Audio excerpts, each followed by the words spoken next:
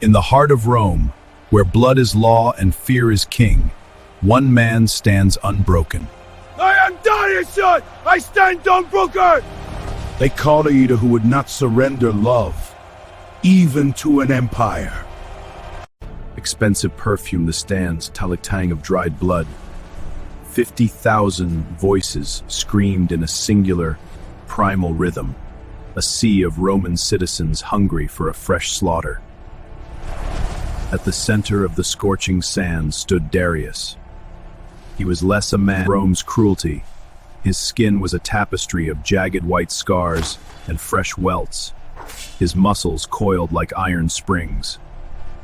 He was the monster of Rome, a beast forged in the pits, yet his eyes held a secret light. They flickered toward a distant alcove where Aurelia sat, the woman whose ghost-like was the only thing keeping his humanity from curdling into stone.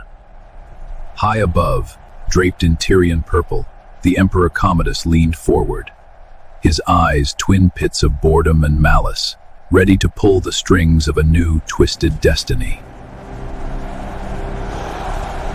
The heavy iron portcullis groaned, the sound of grinding metal silencing the mob for a heartbeat. From the abyss of the sub-arena emerged a figure that made the air grow cold. It wasn't a seasoned or a wild beast, but a boy in gleaming silver plate, the Emperor's only son, Prince Lucian.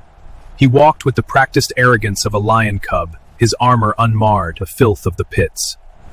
The crowd's confusion curdled into a feverish, ecstatic roar. They realized the stakes had just been elevated to the divine. Darius felt a cold knot tighten in his gut. This wasn't a duel, it was a public execution of his soul. To kill the boy was treason, to let the boy kill him was a waste. He looked up at Commodus, who wore a serpent's smile, realizing he was caught in a web where every strand was made of sharpened steel. The dance of death began. Steel sang against steel, the prince's speed against the gladiator's mountain-like resolve. Darius parried with a weary grace, his experience turning the boy's lethal pikes into harmless sparks. With a roar of effort, Darius caught the prince's blade in a bind and swept his legs. The boy hit the sand with a hollow thud, the point of Darius's sword hovering over his throat. The world went silent. Even the wind seemed to hold its breath. Then, the Emperor's voice cut through the stillness like a whip. Kill him, Gladiator, and I execute the girl. Spare him. And you both die in the pits. The choice was a jagged blade held at Darius's heart. Save the innocent boy he had grown to. I won't let you hurt him! He had grown to pity. Or save Aurelia, the only heartbeat that mattered in all of Rome. Boys looked at the boy, then at the Emperor, and finally at the distant shadow where Aurelia waited. His choice wasn't made of hate. He whispered a silent apology to the gods and brought the heavy blade down in one thunderous final stroke. The silence that followed was more deafening than any roar. The Empire's heart stopped.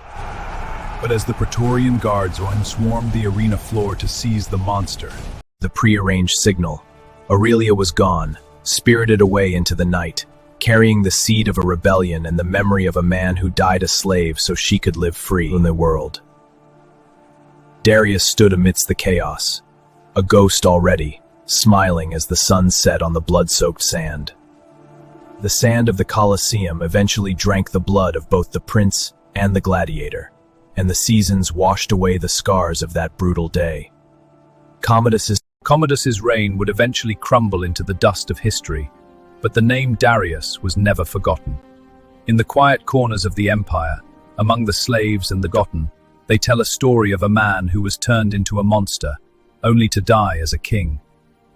In a distant land, far from the reach of Rome's eagles, a child grows up watching the sunrise over a free horizon, a boy with his father's eyes and his mother's strength. Aurelia tells him of the man who stood against an emperor not with a crown, but with a choice.